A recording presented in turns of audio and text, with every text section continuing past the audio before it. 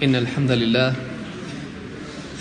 نحمده ونستعينه ونستغفره ونعوذ بالله من شرور أنفسنا ومن سيئات أعمالنا من يهده الله فلا مضل له ومن يضلل فلا هادي له وأشهد أن لا إله إلا الله وحده لا شريك له وأشهد أن محمدا عبده ورسوله أما بعد فإن خير الحديث كتاب الله وخير الهدي هدي محمد صلى الله عليه وعلى آله وسلم وشر الأمور محدثاتها وكل محدثة بدعة وكل بدعة ضلالة وكل ضلالة في النار.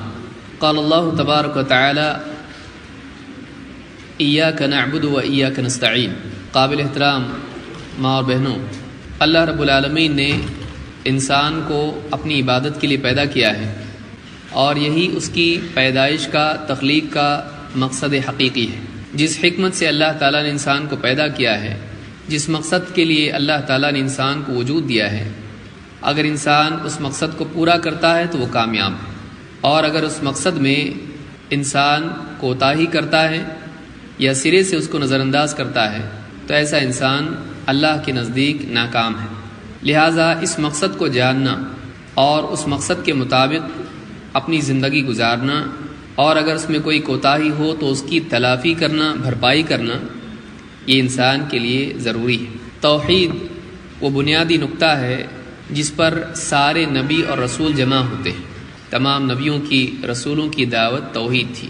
اس کے بغیر ایک انسان اسلام کے دائرے میں نہیں آتا، اور اس کے بغیر ایک انسان جنت میں نہیں جا سکتا ہے. لہٰذا ہر مسلمان کے لیے توحید کا علم حاصل کرنا لازم اور فرض ہے.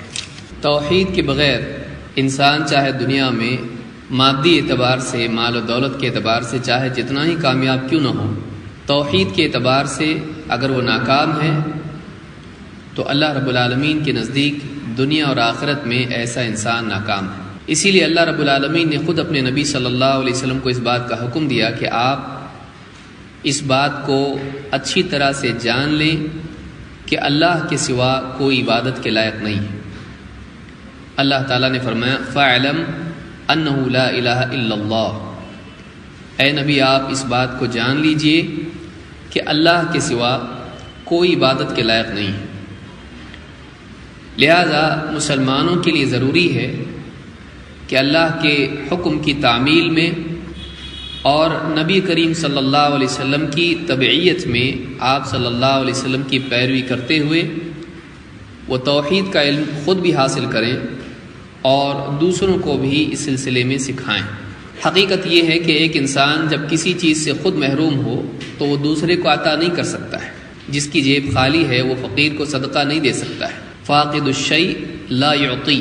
جو خود محروم ہو وہ دوسروں کو عطا نہیں کر سکتا ہے. خالی برتن کسی کی پیاس نہیں بجھا سکتا ہے. لہٰذا ایک انسان دوسروں کو ہدایت کے راستے پر لائے، دوسروں کے ذہنوں سے شرک اور کفر کو نکالے، دوسروں کو توحید کی طرف لائے. یہ اس کے لیے تبھی ممکن ہوگا جب خود اس کے پاس توحید کی معرفت ہو، اور بغیر علم کے ایک انسان دوسروں کو رہبری نہیں دے سکتا ہے.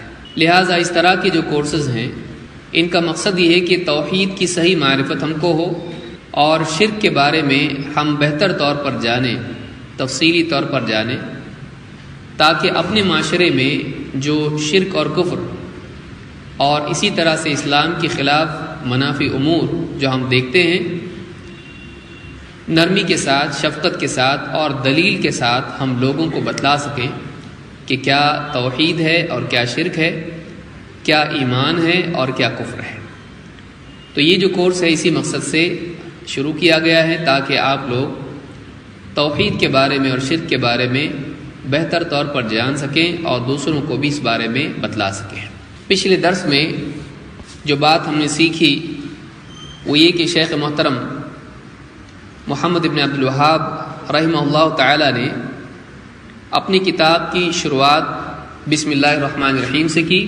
تو شیخ محترم فرماتے ہیں اسأل اللہ الکریم رب العرش العظیم، میں اللہ کریم سے، سخی سے، شرف والے سے اور اس اللہ سے جو عرش عظیم کا رب ہے میں سوال کرتا ہوں، میں مانگتا ہوں، میں دعا کرتا ہوں. کیا مانگتا ہوں؟ ایتولاک فی الدنیا والآخرہ. پچھلے درس میں ہم نے پچھلے دونوں فقروں پر بات کی تھی، آج ہم آگے بڑھیں گے. ایتولاک فی الدنیا والآخرہ، میں یہ سوال کرتا ہوں، اللہ سے یہ بات مانگتا ہوں کہ وہ تمہیں ایتولاک، کہ وہ دنیا و آخرت میں تمہارا کارساز ہو جائے. شیخ نے اپنی کتاب میں جو دعا کی ہے وہ طالب علم کے لیے دعا کی ہے. اس میں یہ بھی ادب ہے کہ جب ایک معلم طلبۃ العلم کو کچھ سکھائے اور خصوصی نصیحت کرے تو اس میں اس کے مزاج میں رغبت پیدا کرنے کی کوشش کرنا چاہیے، اور معلم لوگوں کا خیر خواہ، ان کا بھلا چاہنے والا. یہاں پر شیخ کہہ رہے ہیں کہ میں اللہ تعالیٰ سے دعا کرتا ہوں کہ وہ دنیا آخرت میں تمہارا کارساز ہو جائے، تمہارا نگہباں ہو جائے، تمہارا کاموں کا بنانے والا ہو جائے، اور وَأَن يَجْعَلَكَ مُبَارَكًا أَيْنَمَا كُنْتَ، اور وہ تمہیں مبارک بنائے جہاں کہیں تم ہو، دنیا کے کسی بھی حصے میں تم رہو، لیکن اللہ تعالیٰ تم کو برکتوں والا بنائے، مبارک بنائے.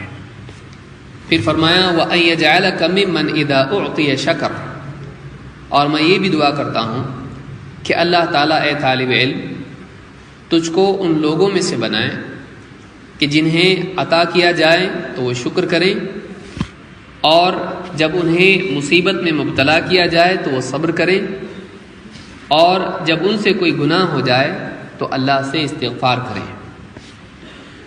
اور فرماتے ہیں فَإِنَّ هَؤُلَاءِ الثَّلَاثُ عُنْوَانُ السَّعَادَةِ، یہ تین چیزیں سعادت کی علامات میں سے ہیں، یہ تین چیزیں سعادت کے اسباب میں سے ہیں. اس پوری بات کو آج ہم سمجھنے کی کوشش کریں گے، اگر وقت رہا تو آگے بڑھیں گے. یہاں پر شیخ محترم نے بہت ہی عمدہ بات کہی ہے جس کو سمجھنا ضروری ہے. کہتے ہیں کہ میں اللہ سے دعا کرتا ہوں کہ وہ دنیا آخرت میں تمہارا کارساز ہو جائے، تمہارا کاموں کا بنانے والا ہو جائے. انسان دنیا اور آخرت میں اللہ تعالیٰ کا محتاج ہے. دنیا میں دین پر رہبری کے اعتبار سے، اور آخرت میں جنت میں داخلے اور جنت کی طرف رہبری کے اعتبار سے. ایک انسان اگر اللہ تعالیٰ اس کا نگہبان نہ ہو تو وہ انسان ناکام ہے. اسی لیے آپ دیکھیں گے کہ اللہ رب العالمین نے انسان کے بدترین دشمن شیطان کے بارے میں انسان کو ترکیب یہی بتائی کہ وہ اللہ کی پناہ میں آ جائے. جنت میں سب سے بڑی رکاوٹ اگر انسان کے لیے ہے تو وہی ہے جس نے جنت سے انسان کو نکلوایا، شیطان، ابلیس. اور اللہ تعالیٰ نے ابلیس کے مقابلے میں مومن کو لڑنے کے لیے نہیں کہا، بلکہ کہا کہ تم اللہ کی پناہ میں آ جاؤ. فَإِذَا قَرَأْتَ الْقُرْآنَ فَاسْتَعِذْ بِاللَّهِ مِنَ الشَّيْطَانِ الرَّجِيمِ، اللہ کی پناہ میں آ جاؤ. لہٰذا انسان اگر اللہ کی پناہ میں نہیں ہے تو ایسا انسان دنیا میں گمراہ اور آخرت میں ناکام ہو جائے گا. لہٰذا سب سے پہلی چیز جس کی انسان کو ضرورت ہے، خصوصاً ایک طالب علم کو جو ہدایت کے راستے پر چلنے کے لیے اس کی معرفت حاصل کر رہا ہے، سب سے پہلی چیز ضروری ہے کہ وہ اللہ تعالیٰ کی پناہ میں ہو. اگر اللہ تعالیٰ کی پناہ اس سے ہٹ جائے، اگر طالب علم اللہ رب العالمین کی رہبری سے نکل جائے، اللہ کی حفاظت سے نکل جائے، تو بہت ممکن ہے کہ وہ دین کا علم حاصل کرے لیکن اس بات کو غلط سمجھنے کی وجہ سے وہ گمراہ ہو جائے. یہی وجہ ہے کہ بہت سارے لوگ دنیا میں دین کا علم حاصل کرنے کے لیے نکلتے ہیں، وہ کتابیں پڑھتے ہیں، وہ بہت ساری باتیں سنتے اور دیکھتے ہیں، لیکن اللہ کی حفاظت نہ ہونے کی وجہ سے وہ گمراہ ہو جاتے ہیں. آپ نے کتنے لوگوں کو دیکھا ہوگا. تو اللہ تعالیٰ کی حفاظت سب سے بنیادی چیز ہے. اسی لیے ہم سورۃ الفاتحہ میں بھی اللہ تعالیٰ سے کہتے ہیں ایاک نعبد و ایاک نستعین، اے اللہ ہم تیری عبادت کرتے ہیں اور تجھی سے مدد چاہتے ہیں. مومن بندہ اللہ تعالیٰ کی حفاظت، نگرانی اور مدد سے کبھی باہر نہیں نکلتا ہے. لہٰذا کسی کے لیے بہترین اگر دعا ہو سکتی ہے تو یہ کہ اللہ تعالیٰ اس کا ولی ہو جائے، اللہ تعالیٰ اس کا کارساز ہو جائے، نگہباں ہو جائے. تو کہتے ہیں ان یتولاک فی الدنیا والآخرہ، میں اللہ سے دعا کرتا ہوں کہ اے طالب علم، اللہ تعالیٰ دنیا آخرت میں تیرا نگہباں ہو جائے۔ اللہ تعالیٰ کا ولی بننا دو اعتبار سے بنیادی طور پر ہے، جس میں ساری چیزیں اپنے آپ آ جاتی ہیں۔ ایک ہے ہدایت کے اعتبار سے، اور دو ہے نصرت کے اعتبار سے۔ انسان کو دنیا میں دو چیزوں کی بنیادی طور پر ضرورت ہے۔ ایک، اس کو رہبری ملے کہ مسائل میں، مصیبتوں میں، فتنوں میں، آزمائشوں میں کیا کرنا ہے، کیا قدم اٹھانا ہے، کیا ڈیسیجن اس کو لینا ہے، صحیح فیصلہ کیا ہے، حق کیا ہے، سیدھی راہ کون سی ہے، کون سے وقت میں کیا قدم اٹھانا ہے، کون سا مناسب وقت ہے اور کون سا قدم مناسب ہے۔ انسان کو پہلی چیز جس کی سب سے زیادہ ضرورت ہے وہ رہبری ہے، گائیڈنس۔ اور دوسری چیز جو ضرورت جس چیز کی انسان کو ہے وہ ہے مدد، نصرت۔ اس لیے کہ اکیلا انسان دنیا میں مسائل کے حل کرنے کے لیے سب کچھ کر سکتا ہے؟ نہیں، وہ خود سے سب کچھ نہیں کر سکتا ہے۔ اپنے مسائل کے حل کے لیے فتنوں اور آزمائشوں میں، حتیٰ کہ ذاتی زندگی کے مسائل میں، کھانے پینے، لباس اور اس طرح کے جتنے بھی مسائل ہیں، چاہے وہ مسائل دینی ہوں یا دنیاوی ہوں، ان تمام مسائل میں انسان کو مدد کی ضرورت ہے۔ وہ اکیلا سب کچھ نہیں کر سکتا ہے۔ ان دونوں اعتبار سے اللہ تعالیٰ اگر کسی کا ولی بن جائے تو یہ انسان کامیاب ہے، کہ اللہ تعالیٰ اس کو صحیح رہبری بھی دے مسائل میں، اور ان مسائل میں اس کی مدد بھی کرے، اس کو راستہ بھی بتائے اور اس کی مدد کرے کہ وہ اس راستے پر چلے اور نجات پائے۔ لہٰذا اللہ تعالیٰ نے قرآن کریم میں دو اعتبار سے یہاں پر یہ بات بیان کی ہے، اور بھی مقامات آپ کو ملیں گے۔ یہاں پر اللہ تعالیٰ نے اپنے لیے ولی کا ذکر کیا ہے کہ اللہ تعالیٰ ولی ہے۔ ان یتولاک فی الدنیا والآخرہ جو شیخ محترم نے دعا دی ہے، اس کو ہم سمجھنے کی کوشش کریں گے کہ انسان کو دنیا میں دو چیزوں کی بنیادی ضرورت ہے۔ اللہ تعالیٰ فرماتا ہے اللہ ولی الذین آمنوا یخرجہم من الظلمات الی النور۔ اللہ تعالیٰ ایمان والوں کا ولی ہے۔ اللہ ولی الذین آمنوا، اس سے معلوم ہوتا ہے کہ سب سے پہلی شرط، سب سے پہلی بنیادی ضرورت اللہ تعالیٰ کی ولایت کے حصول کے لیے، اللہ تعالیٰ کی رہبری اور نصرت کے لیے سب سے پہلی شرط انسان کے لیے جس کا اہتمام ضروری ہے، جو کنڈیشن اس کے لیے ہے، وہ ایمان ہے۔ اللہ تعالیٰ ولی ہے ایمان والوں کا۔ جب آدمی واقعی ایمان والا بن جاتا ہے، اللہ تعالیٰ اس کے کاموں کا بنانے والا بن جاتا ہے۔ اللہ ولی الذین آمنوا یخرجہم من الظلمات الی النور۔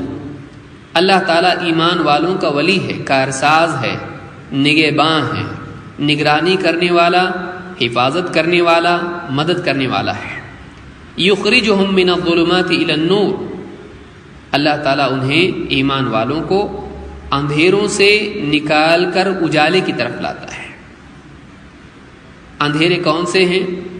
جہالت کے اندھیرے، اور اسی طرح سے کفر شرک کے، نفاق کے اندھیرے، اور اسی طرح سے گناہوں کے اندھیرے، یا اسی طرح سے مخلوق پر ظلم، اس کو بھی ظلمات کہا گیا۔ ان الظلم ظلمات یوم القیامہ، حدیث میں اتقوا الظلم، ظلم سے بچو، اس لیے کہ ظلم قیامت کے دن اندھیرے بن کر آئے گا۔ اللہ تعالیٰ ایمان والوں کا کارساز ہے۔ وہ کیا کرتا ہے؟ یہاں پر اللہ نے پہلی چیز بیان کی کہ ایمان کی برکت سے اللہ تعالیٰ انہیں اندھیروں سے نکال کے اجالے کی طرف لاتا ہے، اندھیروں سے نکال کر اجالے کی طرف لاتا ہے۔ والذین کفروا، لیکن ایمان والوں کے بالمقابل دوسرے لوگ کون ہیں؟ کفر کرنے والے ہیں۔ والذین کفروا اولیاؤہم الطاغوت، جو لوگ کفر کرنے والے ہیں ان کے اولیاء طاغوت ہیں۔ طاغوت کس کو کہتے ہیں؟ طاغوت ہر وہ چیز ہے جس کو انسان یا تو اپنا معبود بنائے، یا اللہ کے حکم کے مقابلے میں اس کے حکم کو مانے، یا پھر اللہ تعالیٰ کی رہبری کے مقابلے میں اس کو اپنے لیے اسوہ بنائے، اس کی رہبری میں چلے۔ طاغوت تین اعتبار سے ہوتا ہے۔ 1 عبادت، 2 اطاعت اور 3 اتباع۔ طاغوت کون ہے؟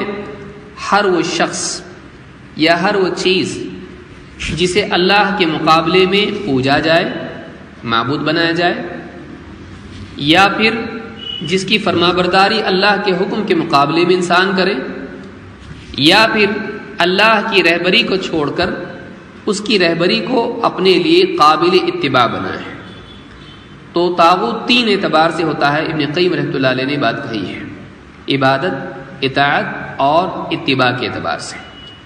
تو جو لوگ کافر ہیں، جو لوگ کفر کرنے والے ہیں، ان کے اولیاء، ان کے رہبر، ان کا ساتھ دینے والے، مدد کرنے والے طاغوت ہیں۔ یخرجونہم من النور الی الظلمات، لیکن طاغوت کیا کرتے ہیں؟ انہیں نور سے نکال کر اندھیروں کی طرف لے جاتے ہیں۔ اولئک اصحاب النار، یہ جہنم والے لوگ ہیں، جہنم میں جانے والے ہیں۔ ہم فیہا خالدون، اور جہنم میں یہ ہمیشہ ہمیشہ رہیں گے۔ یہ سورۃ البقرہ کی آیت نمبر 257 ہے۔ اس آیت میں اللہ رب العالمین نے پہلی بات بیان کی کہ اللہ تعالیٰ اہل ایمان کا ولی ہے، اور وہ انہیں اندھیروں سے اجالے کی طرف لاتا ہے، گمراہی سے ہدایت کی طرف، اور جہالت سے علم کی طرف۔ تو پہلی چیز جو ولایت کے تعلق سے ہم نے دیکھی کہ اللہ ولی ہے، اللہ تعالیٰ ہدایت دیتا ہے اہل ایمان کو۔ لہٰذا یہاں پر طالب علم کے لیے سب سے پہلی ضرورت اسی کی ہے کہ اسے ہدایت ملے۔ علم بذاتی ہی مقصود نہیں ہے، علم خود مقصود نہیں ہے، گول نہیں ہے علم۔ اس گول تک پہنچنے کے لیے علم ہمارا ذریعہ ہے۔ وہ گول کیا ہے؟ ہم کو ہدایت ملے، ہم کو علم ملے نفع والا، جس کے ذریعے سے ہم کو ایمان کی توفیق ملے۔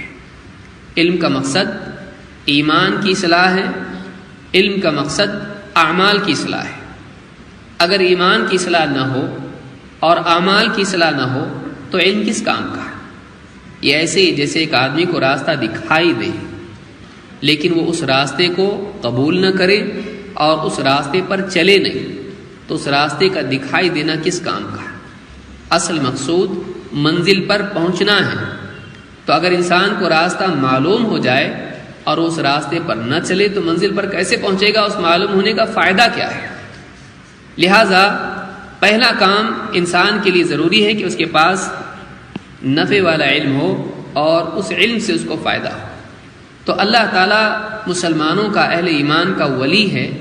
طالب علم کے لیے جو دعا ہے اس میں پہلی چیز یہ مل رہی ہے کہ اللہ تعالیٰ تیرا نگہباں ہو جائے، تجھ کو رہبری دینے کے اعتبار سے۔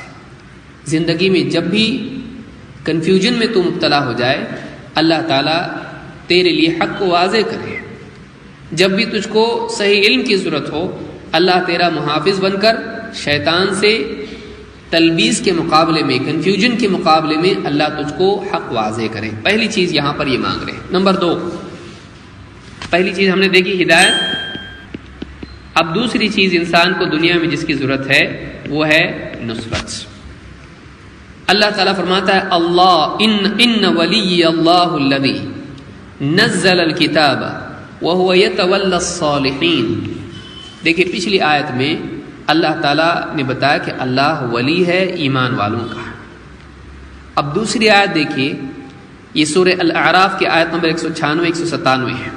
اللہ تعالیٰ فرماتا ہے ان ولی اللہ الذی نزل الکتاب وهو يتولى الصالحین، یقیناً میرا ولی، اللہ کے نبی صلی اللہ علیہ وسلم کہہ رہے ہیں، یقیناً میرا ولی، میرا کارساز، میرے کاموں کا بنانے والا اللہ ہے۔ الذی نزل الکتاب، جس نے کتاب نازل کی ہے، وهو يتولى الصالحین، اور وہ متولی ہے، وہ ولی ہے، کس کا؟ نگہباں ہے، کس کا؟ صالحین کا۔ پہلی آیت میں ایمان والوں کا بتایا اور دوسری آیت میں صالحین کا۔ صالح جو نیک کام کرتے ہیں، اعمال صالحہ کا اہتمام کرنے والے صالحین ہیں۔ تو معلوم ہے کہ واقعی ایمان والے وہ ہیں جن کی زندگی میں صلاح یعنی بھلائی، نیکی ہے۔ ایسا ایمان کس کام کا جس میں کس کے ساتھ نیکیاں نہ ہوں، جس کے ساتھ بھلائی والی زندگی نہ ہو؟ تو کہا کہ اللہ تعالیٰ صالحین کا ولی ہے، وَهُوَ يَتَوَلَّى الصَّالِحِينَ وَالَّذِينَ تَدْعُونَ مِن دُونِهِ، اور اللہ کے سوا جن کو تم پکارتے ہو، جن سے تم دعا کرتے ہو، لا يستطيعون نصركم ولا انفسهم ينصرون، وہ تمہاری نہ مدد کر سکتے ہیں نہ خود اپنی کچھ مدد کر سکتے ہیں۔ یہاں پر نصرت کی بات اللہ نے کی اور بتوں کی، جھوٹے معبودوں کی کمزوری کو بتلایا اور اللہ کے مقابلے میں ان کو پیش کیا، کہا میرا رب، میرا ولی وہ اللہ ہے، وہ صالحین کا متولی ہے، نگہبان ہے، اور جن کو تم اللہ کے سوا پکارتے ہو وہ تمہاری مدد تو نہیں کرتے، خود اپنی مدد نہیں کر سکتے ہیں، وہ خود اپنی مدد نہیں کر سکتے ہیں، تمہاری مدد کیا کریں گے؟ اس سے برابر معلوم ہوا کہ بتوں کی عاجزی ہے کہ وہ کسی کی مدد نہیں کر سکتے، نہ خود اپنی۔ اس کے بالمقابل، بالعکس، اللہ تعالیٰ صالحین کی، اہل ایمان کی مدد کرنے والا ہے۔ تو دنیا میں اللہ تعالیٰ کا کسی کا ولی بننا ان دونوں اعتبار سے ہے۔ ایک تو یہ کہ اللہ تعالیٰ اہل ایمان کو گمراہی سے بچا کر ہدایت کے راستے پر لاتا ہے، لیکن ہدایت کا راستہ آسان نہیں ہے، ہدایت کے راستے پر چلنے میں بڑی دشواریاں ہیں۔ اس راستے پر انسان کے لیے مصیبتیں آتی ہیں، مالی اعتبار سے، جانی اعتبار سے، سماجی اعتبار سے، سیاسی اعتبار سے، ہر اعتبار سے انسان مصیبت میں ہوتا ہے۔ سماج حق کے مقابلے میں اس کا دشمن ہو جاتا ہے، لوگوں کی تکلیفیں اس کی طرف آنا شروع ہوتی ہیں، وہ ہر اعتبار سے پریشان ہو جاتا ہے۔ تو ایسی صورت میں اللہ تعالیٰ کی مدد کی اس کو ضرورت ہوتی ہے۔ اللہ تعالیٰ جب کسی کا مددگار بن جائے تو پھر کسی اور کی مدد کی اس کو ضرورت باقی نہیں رہتی ہے۔ لہٰذا یہاں پر ایک بہت ہی بڑی دعا طالب علم کے لیے شیخ محترم نے دی ہے، وہ یہ کہ ان یتولاک فی الدنیا والآخرہ۔ اور آپ جانتے ہیں کہ انسان کو رہبری اور مدد کی صرف دنیا میں ضرورت نہیں بلکہ آخرت میں بھی ضرورت ہے۔ انسان اگر آخرت میں سوالات کے صحیح جوابات نہ دے پائے، ناکام ہوگا۔ اللہ کی توفیق کے بغیر وہ آخرت میں بھی صحیح جواب نہیں دے سکتا، اور اس کو جنت کا راستہ، پل صراط پر سے چلنا، جنت میں پہنچنا اللہ کی مدد اور رہبری کے بغیر نہیں ہو سکتا ہے۔ لہٰذا ایک مومن بندہ نہ صرف دنیا میں بلکہ آخرت کے اعتبار سے بھی، آخرت کی زندگی اور دنیا میں بھی اپنے آپ کو اللہ کا محتاج مانتا ہے، اللہ کی رہبری کا اور اللہ کی مدد کا، اللہ کی رہبری کا اور اللہ کی مدد کا۔ لہٰذا طالب علم کے لیے یہ دعا بہت ہی بڑی دعا ہے، اور اس میں خود ایک سبق ہے جو یاد رکھنے کا ہے۔ تو فرماتے ہیں کہ میں اللہ سے مانگتا ہوں کہ ان یتولاک فی الدنیا والآخرہ، کہ اللہ تعالیٰ تمہارا کارساز ہو جائے دنیا میں بھی اور آخرت میں بھی۔ اب دوسری دعا دیتے ہیں، یہاں پر آپ غور کریں کہ یہ طالب علم کے لیے دعا کیوں ہے۔ اللہ کے نبی صلی اللہ علیہ وسلم نے مختلف احادیث میں طالب علم کو ترغیب دینے کی بات کہی ہے۔ آپ صلی اللہ علیہ وسلم نے جیسے کہا کہ بشرا ولا تنفرا، کہ لوگوں کو جب تعلیم تم دو گے تو اس وقت میں لوگوں کو خوشخبری سناؤ، نفرت مت دلاؤ۔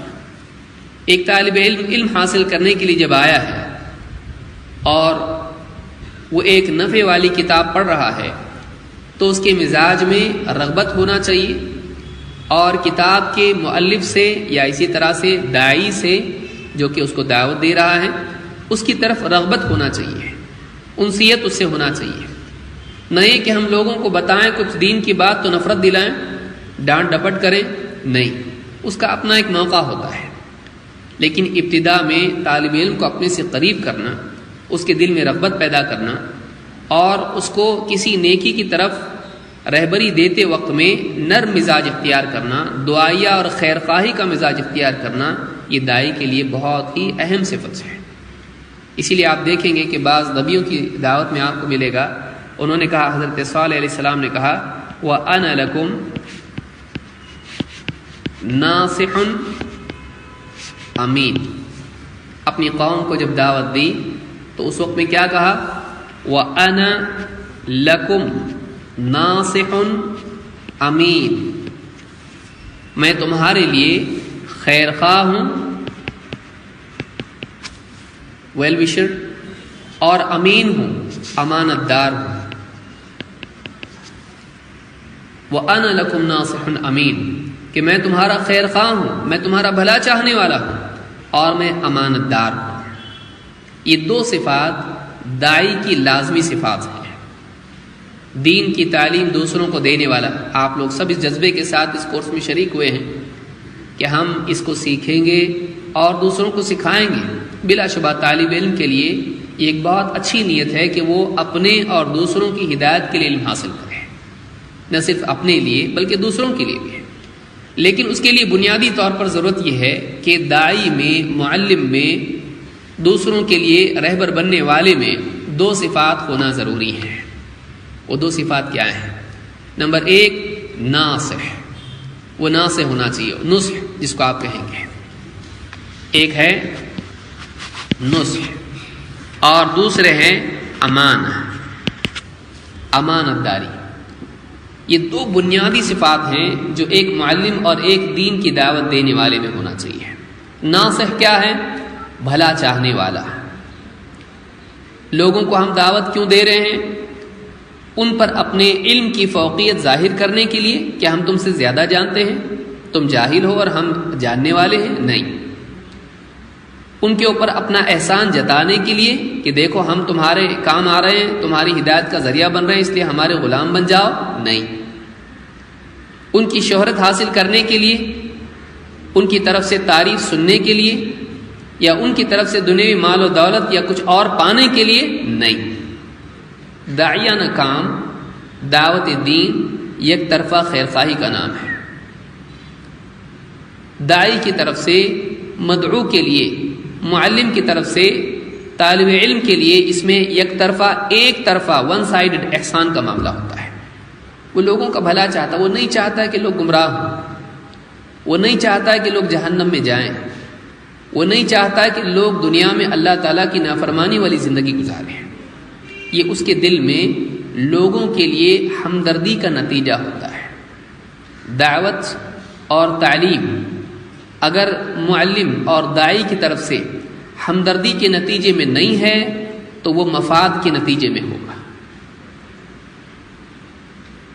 دعوت اور تعلیم میں اگر بنیادی سبب ہمدردی نہیں ہے، بھلا چاہنا نہیں ہے، تو ظاہر بات ہے کہ اس میں مفاد، اپنا ذاتی فائدہ اس کا ہوگا، کہ اس کا نام ہو جائے، لوگ اس کی تعریف کریں، یا دنیا میں کوئی مادی نفع، مٹیریل بینیفٹ اس کو ملے۔ اور یہی چیز ہے جو داعی کے لیے ہلاکت ہے۔ تو یہاں پر معلم کے لیے پہلی چیز ناصح، نمبر دو امین، امانت دار۔ امین دوسری صفت ہے داعی کی، وہ اپنی طرف سے دین میں ملاوٹ کر کے نہیں بولتا ہے، وہ امانت دار ہوتا ہے۔ امانت دار کس کو کہتے ہیں؟ جو خیانت نہ کرے۔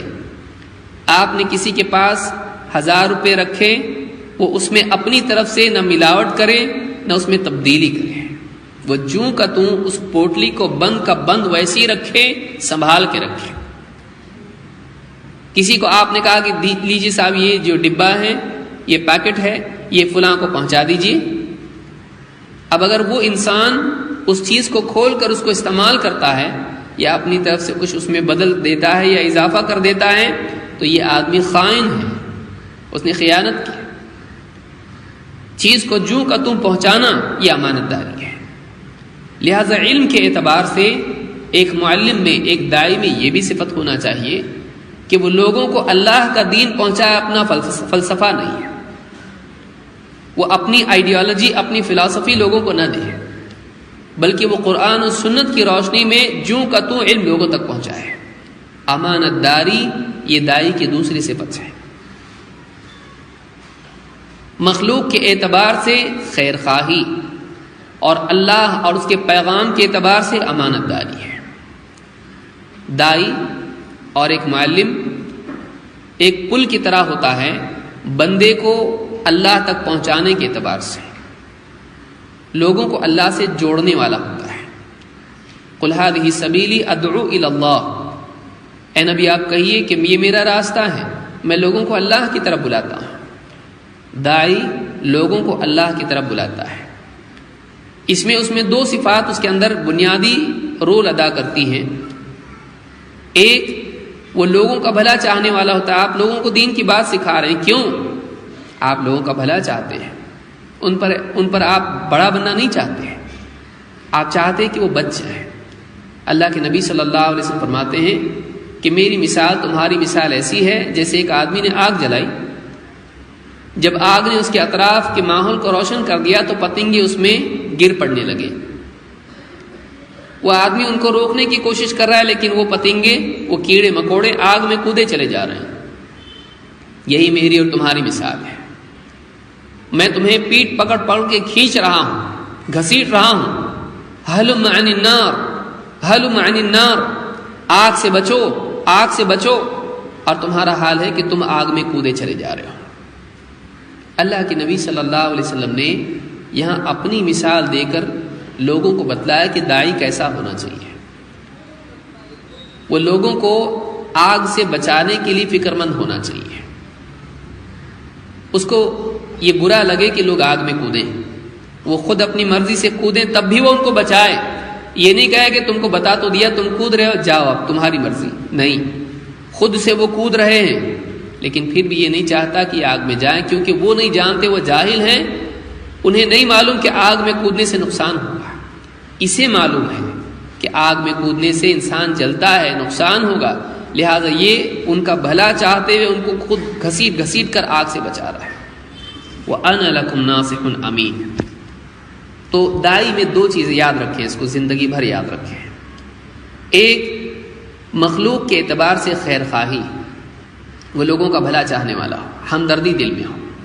دو، پیغام کے اعتبار سے اللہ کی نسبت سے امانت داری، وہ ڈرے کہ میں نے اپنی طرف سے اگر اس میں کچھ ملاوٹ کی تو اللہ تعالیٰ کے ہاں مجرم قرار پاؤں گا، خیانت ہو جائے گی۔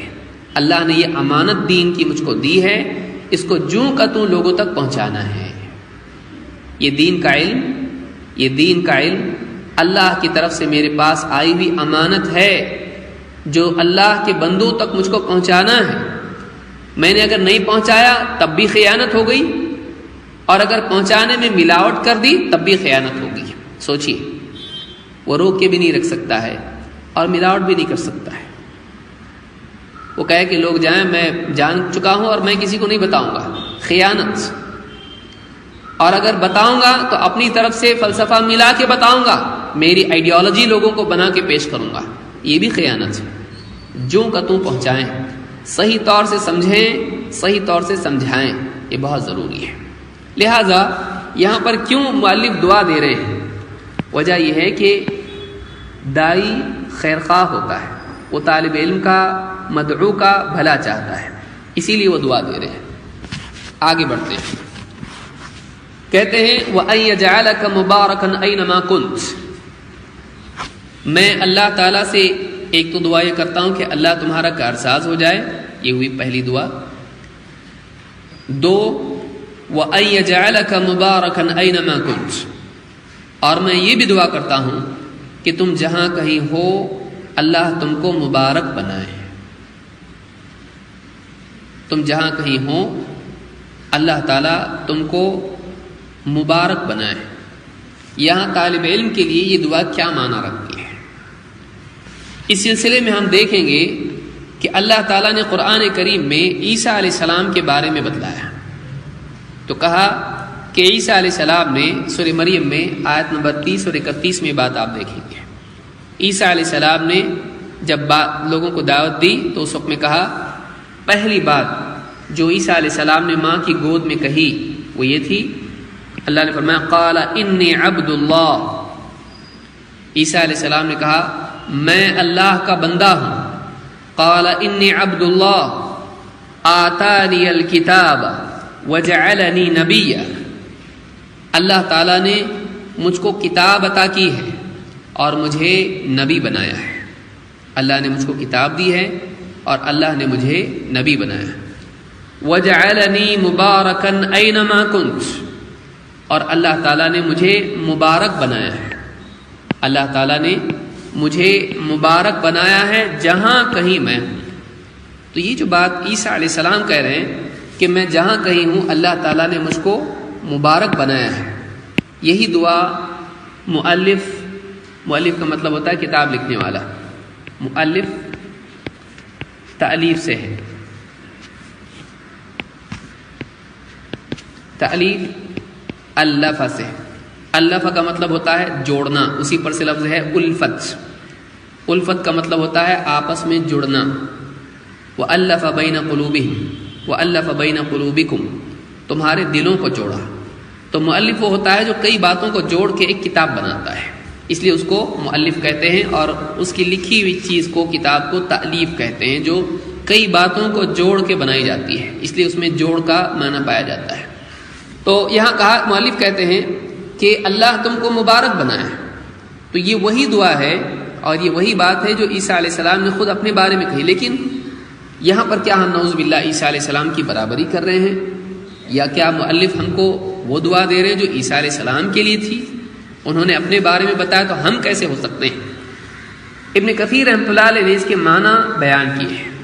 کہتے ہیں وَقَوْلُهُ وَجَعَلَنِي مُبَارَكًا أَيْنَمَا كُنْتُ، کہ اللہ نے مجھ کو مبارک بنایا ہے جہاں کہیں رہوں میں، کہیں بھی رہوں میں مبارک ہوں. کیا معنی؟ قال مجاہد وعمر ابن قیس. یہ عمر پڑھتے ہیں، بہت سارے لوگ اس کو عمرو پڑھتے ہیں. اس طرح سے جب ہوتا ہے تو یہ عمرو نہیں ہوتا ہے، بہت سارے لوگ اس کو عمرو پڑھتے ہیں. اس کو عمر پڑھا جاتا ہے، عمر. اس لیے کہ یہاں پر آپ سپیلنگ اس کی دیکھیے عمر. تو وقال مجاہد وعمر ابن قیس والثوری، یہ سفیان الثوری ہے. تو یہ ہمارے اسلاف ہیں، کہتے ہیں یہ تابعین میں سے ہیں. وجعلنی معلما للخیر، مجھے اللہ نے مبارک بنایا جہاں کہیں رہوں. تو مبارک کے معنی کیا ہے؟ معلما للخیر، خیر کا معلم مجھ کو بنایا ہے، خیر کا تعلیم دینے والا، بھلائی کا سکھانے والا، لوگوں کو اچھی چیز سکھانے والا ہے. وفی روایت عن مجاہد، اور امام مجاہد رحمۃ اللہ علیہ یہ ابن عباس رضی اللہ تعالیٰ عنہ کے خاص شاگرد ہیں. مجاہد تابعی ہیں اور ابن عباس رضی اللہ تعالیٰ عنہ سے کئی مرتبہ انہوں نے تفسیر پوری قرآن کی سنی. اور امام البخاری اپنی صحیح بخاری میں اکثر انہی کی تفسیر بیان کرتے ہیں. تو مجاہد کہتے ہیں ایک قول تو ان کا یہ ہے کہ اللہ نے مجھ کو مبارک بنایا کا مطلب کیا ہے؟ نمبر ایک، مجھے اللہ تعالیٰ نے خیر کا معلم بنایا ہے، معلما للخیر. اور دوسرا مطلب یہ ہے، کہتے ہیں کہ نفاعا یعنی نفع پہنچانے والا، لوگوں کو فائدہ پہنچانے والا، لوگوں کو دینی نفع پہنچانے والا، اور دنیاوی نفع بھی اس میں آ سکتا ہے. تو یہاں پر جو مؤلف دعا کر رہے ہیں کہ اللہ تم کو مبارک بنائے کا مطلب کیا ہے؟ اللہ تم کو خیر کا معلم بنائے. دیکھیے کتنی مناسبت ہے. اگر کوئی آدمی یہ آیت اور اس کی تفسیر جوڑ کے نہیں پڑھے گا، اس کو سمجھ میں نہیں آئے گا کہ کیا دعا کر رہے ہیں اس کے لیے. واقعی وہ کہہ رہے ہیں کہ اللہ تم کو، تم جہاں کہیں تم ہو، اللہ تم کو مبارک بنائے.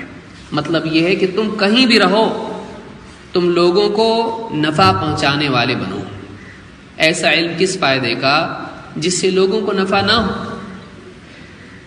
جو آدمی علم کو اپنے پاس سنبھال کے رکھے، اس کی مثال ایسی ہے کہ اس کے پاس ایک خزانہ ہو اور اس خزانے میں سے زکوٰۃ نہ دے. کوئی آدمی اس کے پاس علم ہے اور وہ علم دوسروں کو نہ سکھائے، اس آدمی کی مثال ایسی ہے جیسے اس کے پاس سونے چاندی کا خزانہ ہے. آپ جانتے ہیں جب کسی کے پاس خزانہ ہو، سونا چاندی ہو، تو اس پر زکوٰۃ فرض ہو جاتی ہے. اب اگر بہت سا علم اس کے پاس ہے اور وہ اس علم کو روکے رکھے، لوگوں کو بانٹے نہیں، لوگوں کو سکھائے نہیں، تو اس کی مثال ایسی ہے جیسے ایک انسان کے پاس مال و دولت ہے اور وہ اس پر اس کی جو زکوٰۃ ہے وہ نہ دے، اس میں سے دوسروں کو بھی نہ دے۔ ایسا مال ہلاک ہو جاتا ہے، ایسا علم انسان کو برباد کرتا ہے، اور قیامت کے دن اس کے لیے وبال بن جاتا ہے کہ اس آدمی نے علم حاصل تو کیا لیکن دوسروں کو سکھایا نہیں۔ تو یہاں کہتے ہیں کہ تم کو نفع والا بنائیں اور تم کو لوگوں کا معلم بنائیں، لیکن معلم کیسا؟ معلم خیر کا، معلماً للخیر۔ تو یہ بھی دعا ہے۔ پہلی دعا طالب علم کے اپنے لیے ہے کہ دنیا میں اللہ کی حفاظت میں آ جائے، گمراہ نہ ہو، اللہ تعالیٰ اس کو ہدایت اور نصرت عطا کرے، یہ پہلی دعا ہوگی۔ دوسری دعا کیا ہے؟ اللہ تم جہاں کہیں ہو مبارک بنائے، یہ دوسروں کی نسبت سے ہے کہ اللہ تم کو نفع والا بنائے دوسروں کے لیے، اور وہ نفع یہ ہے کہ تم دوسروں کے لیے خیر کے معلم بن جاؤ، تم کو ہدایت ملی، اب تم دوسروں کی ہدایت کا ذریعہ بنو۔ غور کریں کتنی بڑی بات شروعات ہی میں دے دی، تاکہ آگے جو علم کی باتیں بیان ہونے والی ہیں وہ واقعی اس کے لیے نفع والی بنے، کہ اللہ تم کو ہدایت دے، تمہاری نصرت کرے اور تم کو لوگوں کے لیے ہدایت کا ذریعہ بنائے۔ اب نمبر 3، تیسری بات کیا کہہ رہے ہیں؟ کہتے ہیں وَأَن يَجْعَلَكَ مِمَّنْ إِذَا أُعْطِيَ شَكَرَ وَإِذَا ابْتُلِيَ صَبَرَ وَإِذَا أَذْنَبَ اسْتَغْفَرَ۔ تیسری دعا دے رہے ہیں آپ۔ واقعی دیکھیے اس سے محسوس ہوتا ہے کہ واقعی جو اہل علم ہوتے ہیں وہ ایک ایک جملہ لکھتے ہیں تو کتنا سوچ کے لکھتے ہوں گے کہ ہم کو اتنا سمجھانا پڑ رہا ہے اس کو، کیونکہ اس کو دوسری دلائل سے اور ساری باتوں سے جوڑ کے جب ہم دیکھتے ہیں تب سمجھ میں آتا ہے کہ واقعی ان کے ذہن میں ساری چیزیں رہی ہوں گی تبھی تو یہ لکھا ہے۔ اور ترتیب دیکھیے آپ کہ پہلے خود طالب علم کے لیے دعا ہے، اس کی اپنی ذات کے اعتبار سے وہ محفوظ ہو جائے، اس کو رہبری مل جائے۔ 2، اب اس کی نسبت دوسروں سے بھی ہے کہ وہ طالب علم بنا، اس نے علم حاصل کیا، ہدایت ملی، اب وہ دوسروں کے لیے خیر کا ذریعہ بنے۔ اب تیسری چیز بتا رہے ہیں آزمائش کے اعتبار سے، فتنوں کے اعتبار سے۔ کہتے ہیں وَأَن يَجْعَلَكَ مِمَّنْ إِذَا أُعْطِيَ شَكَرَ وَإِذَا ابْتُلِيَ صَبَرَ وَإِذَا أَذْنَبَ اسْتَغْفَرَ۔ کہتے ہیں کہ اور میں اللہ سے یہ بھی دعا کرتا ہوں کہ وہ تمہیں ایک ایسا شخص بنائے کہ جب اسے عطا کیا جائے تو وہ شکر کرے، اور جب آزمائش میں مبتلا کیا جائے تو صبر کرے، اور جب وہ گناہ کر بیٹھے تو استغفار کرے۔ یہ 3 چیزیں کیوں اور اس کی تفصیل کیا ہے؟ دیکھیے انسان پر جو بلا آتی ہے، جو مصیبت آتی ہے، وہ 2 اعتبار سے ہوتی ہے، ایک دنیوی اعتبار سے اور دوسرے دینی اعتبار سے۔ انسان پر بلا 2 اعتبار سے آتی ہے، مصیبت 2 اعتبار سے آتی ہے، ایک تو دنیا کے اعتبار سے، دوسرے دین کے اعتبار سے۔ آزمائش دنیاوی ہوتی ہے یا دینی؟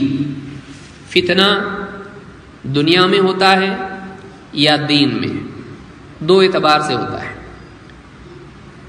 دنیاوی اعتبار سے آزمائش 2 طرح سے ہوتی ہے، اس کو آپ سمجھیں اچھے سے۔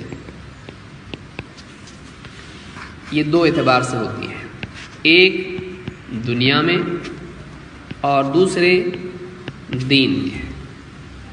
لیکن دنیاوی اعتبار سے بھی آزمائش 2 اعتبار سے ہوتی ہے، ایک خیر کے ذریعے سے، دوسرے شر کے ذریعے سے، یا اس کو آپ کہیں نفع نقصان۔ اور دینی آزمائش کیا ہے؟ ساری چیزیں آپ اس کو یا تو کہیں کہ ایمان میں نقصان کے اعتبار سے یا عمل میں نقصان کے اعتبار سے، جس کو آپ کہہ سکتے ہیں گناہ یا کفر۔ تو آزمائش یا تو انسان کی دنیا میں ہوگی یا پھر اس کے دین میں ہوگی۔ بگاڑ یا تو دنیا کا ہوگا یا تو دین کا ہوگا۔ دنیا کی آزمائش دو اعتبار سے ہوتی ہے۔ دنیا میں اللہ آزماتا ہے۔ اللہ نے قرآن کریم میں کیا فرمایا؟ وَنَبْلُوكُمْ بِالشَّرِّ وَالْخَيْرِ فِتْنَةً وَنَبْلُوكُمْ بِالشَّرِّ وَالْخَيْرِ فِتْنَةً، ہم تم کو آزماتے، بلا، ہم کہتے ہیں بلا آئی، بلا ابتلا آزمائش کو کہتے ہیں، مصیبت کو بھی کہتے ہیں، تکلیف کو بھی کہتے ہیں۔ وَنَبْلُوكُمْ بِالشَّرِّ، ہم تم کو آزماتے ہیں نمبر 1 شر کے ذریعے سے، نمبر 2 والخیر، ہم تم کو آزماتے ہیں شر اور خیر کے ذریعے سے، فتنے کے طور پر، امتحان کے طور پر۔ تو معلوم ہوا کہ دنیا میں انسان کے لیے آزمائش دو طرح سے آتی ہے، ایک شر کے ذریعے سے، دوسرے خیر کے ذریعے۔ مثلا انسان کے پاس پیسہ بڑھ جائے یا انسان کے پاس پیسہ گھٹ جائے، وہ مالدار ہو جائے تو بھی آزمائش ہے، اور اس پر فقر و فاقہ آ جائے تو بھی آزمائش ہے۔ اس کو صحت ملے یہ بھی آزمائش ہے، خیر، اور وہ بیمار پڑ جائے تو یہ بھی آزمائش ہے، شر۔ خوشی کے حالات پیدا ہو جائیں یہ بھی آزمائش ہے، اور غم اور تکلیف کے حالات آ جائیں یہ بھی آزمائش ہے۔ تو انسان کو دنیا میں دنیوی معاملات میں مال کے اعتبار سے، جسم کے اعتبار سے یا کسی اور اعتبار سے اچھے یا برے حالات آتے ہیں، یہ آزمائش ہوتے ہیں۔ لیکن ان حالات میں کرنا کیا ہے؟ اچھے حالات میں کامیاب ہونے کے لیے کیا کرنا چاہیے؟ اللہ تعالیٰ کا شکر کرنا چاہیے۔ برے حالات میں کامیاب ہونے کے لیے کیا کرنا چاہیے؟ صبر کرنا چاہیے۔ دینی نقصان، بگاڑ، دینی آزمائش کیا ہے؟ انسان ایمان یا عمل کے اعتبار سے بگاڑ میں مبتلا ہو جائے، اس کی زبان سے کفر یا کلمہ نکل جائے، یا اس سے ایسا عمل سرزد ہو جائے جو نہیں کرنا چاہیے تھا، گناہ ہو جائے۔ وہ یا تو اللہ تعالیٰ کی فرما برداری میں کوتاہی کرے یا اللہ تعالیٰ کی نافرمانی والا کام کرے۔ تو مختصر یہ کہ اس سے گناہ ہو جائے، گناہ عقیدے کے اعتبار سے یا گناہ عمل کے اعتبار سے۔ اس میں انسان کو کیا کرنا ہے؟ بھرپائی، توبہ اور اصلاح، کیونکہ توبہ میں رجوع کے معنی خود پائے جاتے ہیں۔ توبہ کے معنی لوٹنے کے، توبہ عربی زبان میں تابہ کا مطلب ہوتا ہے پلٹنا، اسی کے ساتھ لفظ دوسرا ہے انابا، اس کا بھی مطلب پلٹنا ہوتا ہے۔ تو منیب اور تائب پلٹنے والے کو کہتے ہیں، اس میں اصلاح کا پہلو اپنے آپ آ جاتا ہے۔ تو اب آپ دیکھیں گے کہ یہاں پر مؤلف دعا کیا کرنا ہے کہ اللہ تعالیٰ تجھ کو ان لوگوں میں سے بنائے کہ جب اس شخص کی طرح بنائے، ایسا انسان بنائے، ممن اذا اعطی شکر، کہ جب اللہ تعالیٰ اس کو کچھ عطا کرے تو وہ شکر کرے، اللہ تعالیٰ اس کو عطا کرے تو شکر کرے، اور جب اس کو مصیبت میں مبتلا کرے تو صبر کرے۔ یہ پہلی اور دوسری چیز ہو گئی دنیوی اعتبار سے، کہ جو بھی ملے دنیا میں تجھ کو شکر کرنا ہے، نہ ملے تکلیف آئے صبر کرنا ہے۔ اور دینی اعتبار سے تجھ سے کوئی کوتاہی ہو جائے، دین کے معاملے میں تجھ سے گڑبڑ ہو جائے، وہ اذا اذنب استغفر، جب گناہ کرے تو استغفار کرے۔ اور کہتے ہیں کہ وَهَؤُلَاءِ الثَّلَاثُ عنوان السعادہ، یہ تین چیزیں سعادت یعنی کامیابی کی علامات میں سے ہیں، کامیابی کے اسباب میں سے ہیں۔ ایک آدمی کامیاب ہونا چاہتا ہے تو اس کو کامیابی کے لیے کیا کرنا پڑے گا؟ دنیاوی اور دینی دونوں فتنوں سے اپنے آپ کو بچا کر کامیاب ہونا پڑے گا۔ دنیاوی فتنے کون سے ہوں گے؟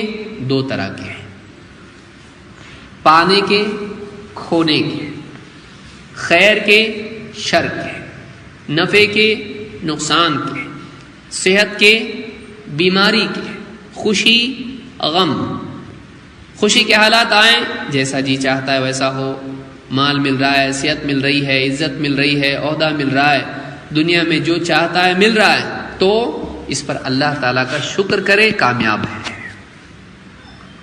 انسان کو جب دنیا میں اچھے حالات آئیں، آدمی سب سے پہلے اللہ کو بھولتا ہے، ناکام ہو جاتا ہے۔ ابلیس نے اللہ تعالیٰ سے کہا تھا وَلَا تَجِدُ أَكْثَرَهُمْ شَاكِرِينَ، اے اللہ تو انسانوں میں سے اکثر کو ناشکرا پائے گا، شکر نہیں کریں گے۔ آپ دیکھیے انسان کی حالت یہ ہے کہ آپ بہترین چیز کسی کی پسند کس کو دے دیں تو اس کی نگاہ آپ سے ہٹ کے اس چیز پر چلی جاتی ہے، اسی میں کھو جاتا ہے، دینے والے کو بھول جاتا ہے۔ بچوں کو بھی آپ کچھ لے جائیں گھر پہ، ان کی پسند کے کھلونے، کپڑے، کھانا، مٹھائی، آپ اس کو دے لے کے دوڑ پڑتا ہے اور اسی میں مگن ہو جاتا ہے، وہ دینے والے کی طرف دھیان نہیں دیتا۔ یہی حال انسان کا ہے اللہ کی نسبت سے۔ جب اللہ تعالیٰ اس کی چاہتوں کی چیز اس کو دیتا ہے تو ان چیزوں میں کھو جاتا ہے اور دینے والے کو بھول جاتا ہے۔ یہ ناکامی ہے۔ چیزوں کو پا کے آدمی اللہ کو نہ پائے، اللہ کو کھو دے تو یہ ناکامی نہیں تو اور کیا ہے۔ پانے والا وہ ہے جو چیز کو پانے کے بعد اللہ کو اور زیادہ پا لے، اس کی نعمتیں کل جتنا وہ اللہ سے قریب تھا آج اور قریب کر دے۔ جو نعمت، یاد رکھیں بات کو، جو نعمت انسان کو اللہ سے اور قریب نہ کرے وہ نعمت نہیں، سزا ہے۔ جو نعمت انسان کو اللہ سے اور قریب نہ کرے وہ نعمت کیسے ہوئی؟ وہ نعمت نہیں ہے۔ اللہ کی نسبت سے تو وہ نعمت تھی، لیکن وہ امتحان کے لیے تھی۔ اس نعمت کو پا کر تو اس میں کھو گیا، اللہ سے دور ہو گیا، تو ناکام ہو گیا۔ وہ نعمت تیرے لیے دنیا میں اللہ سے دور کرنے کا ذریعہ بنی، اور ہر وہ چیز جو اللہ سے دور کرے لعنت کی حقدار ہے۔ حدیث میں اللہ کے نبی صلی اللہ علیہ وسلم کیا فرماتے ہیں؟ الدنیا ملعون، الدنیا ملعون، دنیا ملعون ہے، لعنت کی حقدار ہے۔ کیوں؟ یعنی علماء نے کہا دنیا کی ہر وہ چیز، دنیا کی ہر وہ نعمت جو اللہ سے دور کرے وہ لعنت کی حقدار ہے، کیونکہ دنیا غفلت میں ڈالتی ہے، دنیا غفلت میں ڈالتی ہے۔ وَلَا تَغُرَّنَّكُمُ الْحَيَاةُ الدُّنْيَا، اللہ نے کیا فرمایا؟ وَلَا تَغُرَّنَّكُمُ الْحَيَاةُ الدُّنْيَا، دنیا کی زندگی تم کو دھوکے میں نہ ڈالے۔ تو معلوم ہے کہ دنیا کی زندگی انسان کو غفلت اور دھوکے میں ڈالتی ہے، انسان کو دھوکے میں ڈالتی ہے۔ لہذا ہر وہ چیز جو ایک انسان کو اللہ سے غافل کر دے، اللہ سے دور کر دے، وہ ملعون ہے، لعنت کی حقدار۔ یہ نہیں کہ ہر چیز ملعون ہے، دنیا میں وہ چیزیں، دنیا کی وہ نعمتیں جو انسان کو اللہ سے غافل کر دیں، گویا کہ وہ لعنت کی حقدار ہیں، انسان کو لعنت میں لے جانے والی ہے۔ لعنت کے معنی کیا ہے؟ اللہ کی رحمت سے دوری۔ لہذا اللہ سے دوری، اللہ کی رحمت سے دوری کا ذریعہ ہے۔ اللہ سے دوری، اللہ کی رحمت سے دوری کا ذریعہ ہے۔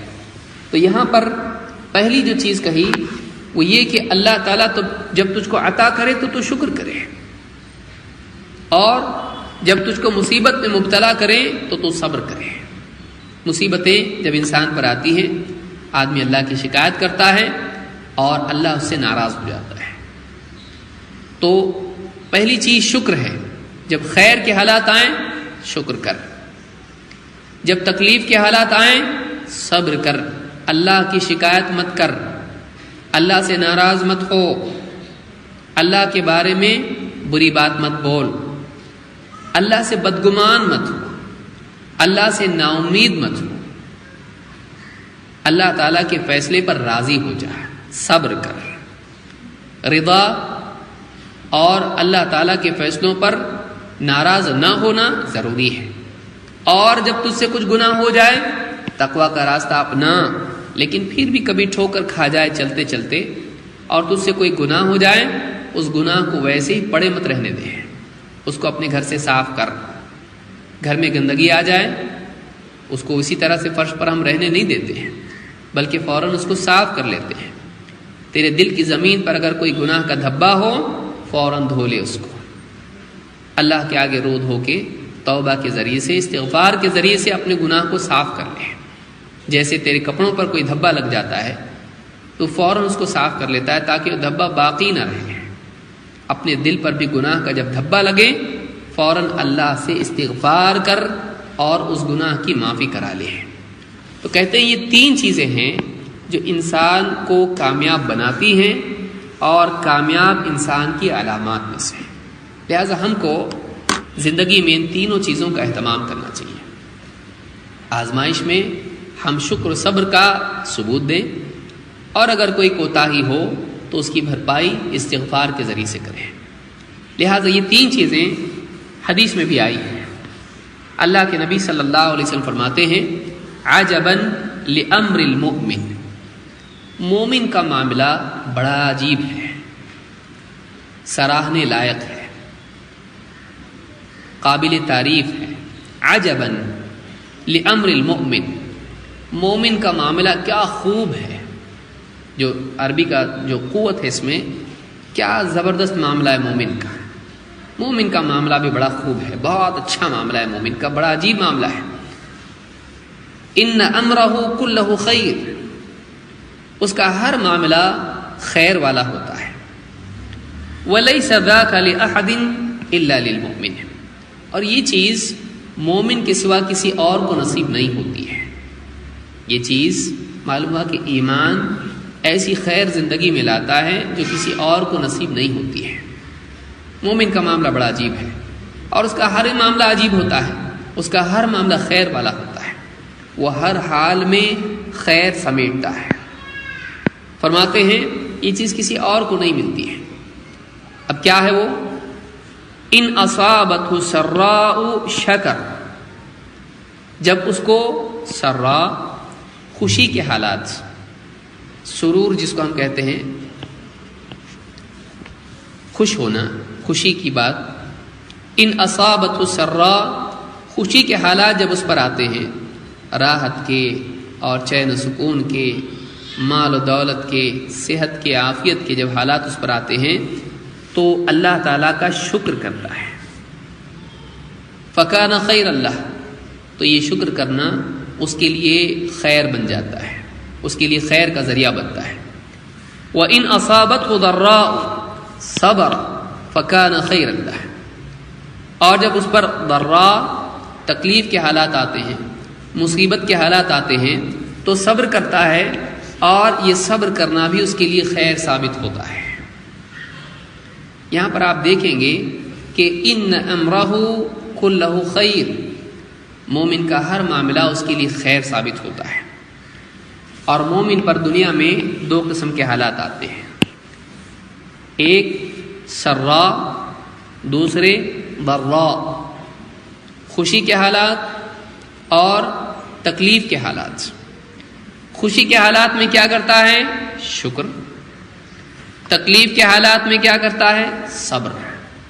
اور آپ نے اس کے لیے بتلایا کہ اس کا ہر معاملہ خیر کا ہوتا ہے، اچھے حالات آئیں یا برے حالات آئیں، راحت کے حالات آئیں یا تکلیف کے حالات آئیں، مومن ہر حال میں ثواب اور نیکی جمع کرتا رہتا ہے۔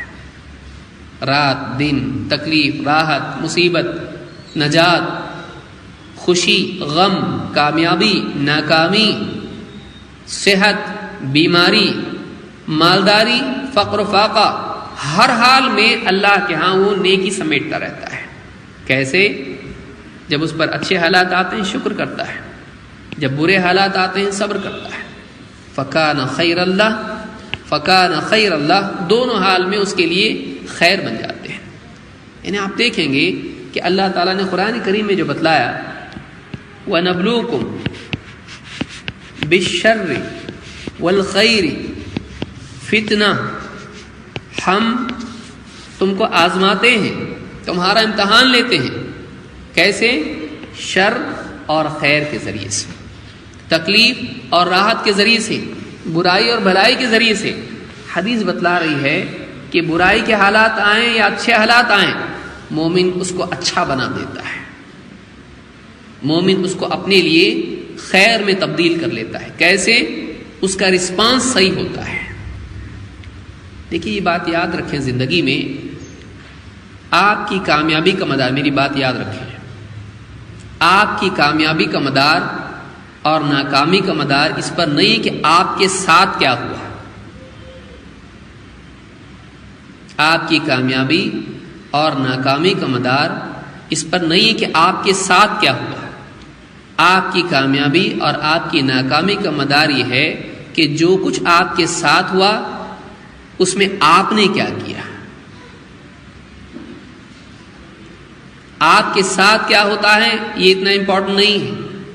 جو کچھ بھی ہوا آپ کے ساتھ، جو کچھ بھی حالات آپ پر آئے، ان حالات میں آپ نے کیا کیا یہ آپ کو کامیاب یا ناکام بناتا ہے. بیماری آئی، آپ نے کیا کیا؟ صبر کیا تو آپ کامیاب ہیں. فقر و فاقہ آیا، ٹھیک ہے آیا، فقر و فاقے سے آپ ناکام نہیں ہوں گے، لیکن اس میں اگر آپ نے شکایت کی آپ ناکام ہوں گے. آپ کے لیے اچھے حالات آئیں تو آپ کامیاب ہو گئے؟ نہیں، وہ امتحان ہے. آپ نے کیا کیا؟ شکر کیا، اللہ کے حکموں کو نہیں توڑا، سرکشی نہیں کی، فضول خرچی نہیں کی، اللہ کی حدوں کو پار نہیں کیا، مال و دولت کو اللہ کی نافرمانی میں استعمال نہیں کیا. آپ نے یہ نہیں کیا. کیا کیا؟ آپ نے مال کو حلال راستوں میں خرچ کیا، آپ نے مال کو دین کے راستوں میں خرچ کیا، آپ کامیاب ہو گئے. آپ کو کیا ہو رہا ہے یہ اتنا اہم نہیں ہے، یہ آپ کو ناکام نہیں بناتا ہے. حالات سارے نبیوں پر آئے، لیکن آپ نے اس میں کیا کیا؟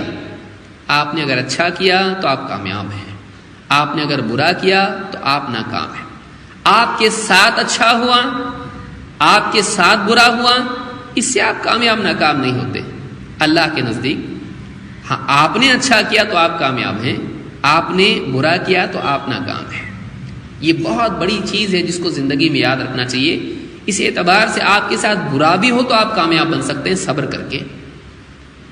آپ کے ساتھ اگر برا بھی ہو زندگی میں تو بھی آپ کامیاب ہو سکتے ہیں اللہ کے نزدیک، اور اچھا ہو تو بھی کامیاب ہو سکتے ہیں اللہ کے نزدیک شکر اور صبر کے ذریعے سے.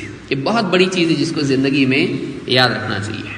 اللہ کے نبی صلی اللہ علیہ وسلم فرماتے ہیں ان اللہ اذا احب قوما ابتلاهم.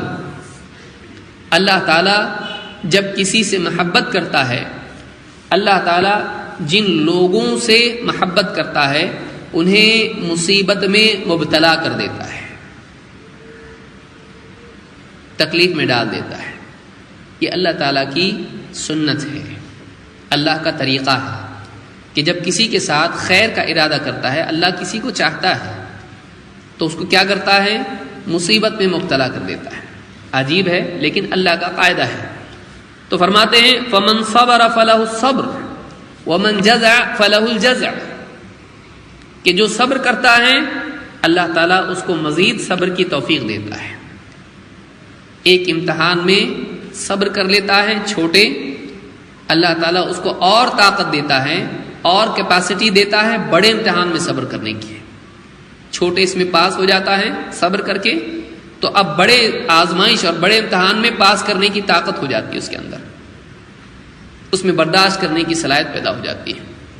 ومن جزع، لیکن جو شکایت کرتا ہے، شور شرابہ کرتا ہے، روتا دھوتا ہے، اللہ کے خلاف واویلا مچاتا ہے، ومن جزع فلہ الجزع، اور جو روتا دھوتا ہے، شکایت کرتا ہے اللہ کی، اس کے لیے شکایت ہی اس کے حصے میں آتی ہے. ایک روایت میں ہے فمن رضی فلہ الرضا ومن سخط فلہ السخط، کہ جو اللہ سے راضی رہتا ہے، مصیبت کے حالات آنے پر اللہ سے راضی رہتا ہے، اللہ تعالیٰ کی طرف سے اس کے لیے رضامندی ہوتی ہے. اور جو اللہ سے ناراض ہوتا ہے اللہ تعالیٰ بھی اس سے ناراض ہو جاتا ہے. جو اللہ سے ناراض ہوتا ہے اللہ اس سے ناراض ہوتا ہے. تو اس حدیث کو امام احمد نے روایت کیا اور اوپر کی حدیث صحیح مسلم میں ہے. اس سے معلوم ہوتا ہے کہ صبر نہ کرنا اللہ تعالیٰ کی ناراضگی کا سبب ہے، انسان ناکام ہو گیا۔ تو یہ دنیا کے امتحان کے لیے دو چیزیں ہیں، صبر اور شکر۔ مصیبت میں صبر، اچھے حالات میں شکر۔ اور دینی بگاڑ یا دینی نقصان میں کہا التوبۃ من الذنب الندم والاستغفار، التوبۃ من الذنب الندم والاستغفار۔ گناہ سے توبہ یہ ہے کہ آدمی اپنے گناہ پر نادم ہو، اس پر شرمندہ ہو اور اللہ سے مغفرت مانگ لے۔ استغفار کا مطلب ہوتا ہے اللہ سے مغفرت چاہنا۔ تو توبہ کیا ہے گناہ سے؟ توبہ دو چیزیں ہیں، ایک اپنے گناہ پر شرمندہ ہو، اور دو اللہ سے آدمی استغفار کرے، معافی مانگ لے۔ اس کو امام البیہقی نے ذکر کیا ہے۔ تو کہتے ہیں فَإِنَّ هَؤُلَاءِ الثَّلَاثُ عنوان السعادہ، یہ تین چیزیں ہیں جو سعادت کے عنوان ہیں یا سعادت کی علامات و اسباب میں سے ہیں۔ تو زندگی میں اگر یہ تین چیزیں مل جائیں تو آدمی کامیاب ہے۔ اللہ کے نبی صلی اللہ علیہ وسلم فرماتے ہیں ان السعید، سعید کا مطلب ہوتا ہے کامیاب، سعادت کا مطلب ہوتا ہے کامیابی۔ ان السعید لمن جنب الفتن، کامیاب وہ ہے جو فتنوں سے بچا لیا جائے۔ ان السعید لمن جنب الفتن، پھر کہا ان السعید لمن جنب الفتن، کہ کامیاب وہ ہے جس کو اللہ تعالیٰ فتنے ہی سے محفوظ رکھے۔ اور فرمایا وَلَمَنُ ابْتُلِيَ فَصَبَرَ فَوَاهًا، کہا کہ اور وہ انسان جس کو اللہ تعالیٰ فتنے میں، آزمائش میں مبتلا کرے اور اس کے بعد وہ صبر کر لے، جمع رہے، صبر کے معنی جمے رہنے کے ہوتے ہیں، فَوَاهًا، تو یہ اور بھی خوب بات ہے، کیا بڑھیا بات ہے، فَوَاهًا، کتنی خوب بات ہے کہ ایک آدمی کے لیے سعادت کا ایک ذریعہ تو یہ ہے کہ وہ گمراہی کے راستوں سے بچا رہے، فتنوں کے راستے سے بچا رہے، اللہ تعالیٰ اس کو بچائے رکھے امتحان سے، گمراہی سے۔ لیکن کسی کے سامنے گمراہی آئیں، کسی کے سامنے لغزش کے مواقع آئیں، کسی کے سامنے گڑھا آئے، کھائی آئیں، لیکن پھر وہ صحیح راستے پر جمع رہا، تو یہ تو بہت ہی بڑی زبردست بات ہے۔ ایک وہ انسان ہے جس کے راستے میں چلتے چلتے گڑھا نہیں آیا، تو ایک کامیاب انسان ہے، گڑھے میں نہیں گرا۔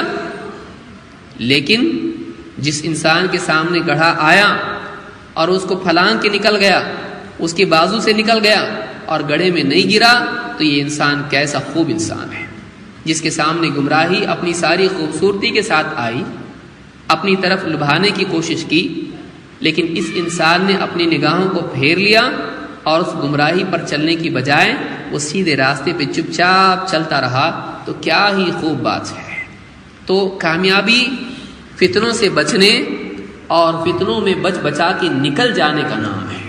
اس حدیث کو امام ابو داؤد نے روایت کیا ہے اور یہ حدیث صحیح ہے، شیخ الالبانی نے اس کو ذکر کیا۔ تو خلاصہ کلام یہ کہ اس کتاب میں مؤلف نے سوالات بھیج سکتے ہیں۔ اس کتاب میں مؤلف نے یہ شروعات یہاں سے کی ہے کہ طالب علم کے لیے دعا دی اور کہا کہ اسأل اللہ الکریم، میں اللہ کریم سے تمہارے لیے اس بات کا سوال کرتا ہوں، اس اللہ سے جو عرش عظیم کا رب ہے۔ کیا سوال کرتا ہوں؟ ان یتولاک فی الدنیا والآخرہ، کہ اللہ دنیا و آخرت میں تمہارا کارساز بن جائے، ہدایت کے اعتبار سے، نصرت کے اعتبار سے۔ وَأَن يَجْعَلَكَ مُبَارَكًا أَيْنَمَا كُنْتَ، اور تم جہاں کہیں ہو اللہ تعالیٰ تم کو مبارک بنائے، یعنی دوسروں کو نفع پہنچانے والا اور دوسروں کو خیر کی تعلیم دینے والا بنائے۔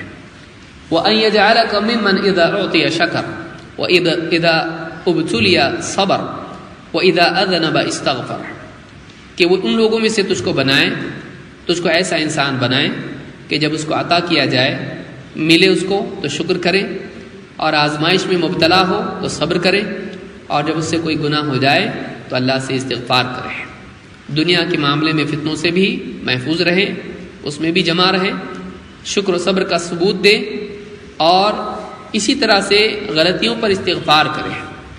تو یہ تین چیزیں ہیں، کہتے ہیں فَهَذِهِ الثَّلَاثُ عنوان السعادہ۔ یہ 3 چیزیں ہیں جو سعادت کی علامات میں سے ہیں اور سعادت کے بنیادی اسباب میں سے ہیں۔ یہاں اشارہ اس پر بھی ہے کہ تو جب لوگوں کو دین کی دعوت دے، لوگ تیری دعوت قبول کریں تو شکر کر، اپنا کمال مت مان، اور جب دعوت دینے میں تجھ پر کوئی مصیبت اور تکلیف آئے، لوگوں کی طرف سے بدتمیزی ہو یا اور مسائل آئیں، تو اس کام کو چھوڑ کے بھاگ مت، بلکہ اس پر جمع رہے۔ اور 3، جب بھی تو دعوت اور دین کا کام کرے یا زندگی کے جو بھی معاملات ہیں دینی اعتبار سے، اس میں کچھ کوتاہی ہو تو پھر اس پر قائم مت رہ، بلکہ اللہ سے توبہ استغفار کر کے اپنی غلطی کی تلافی کر لے۔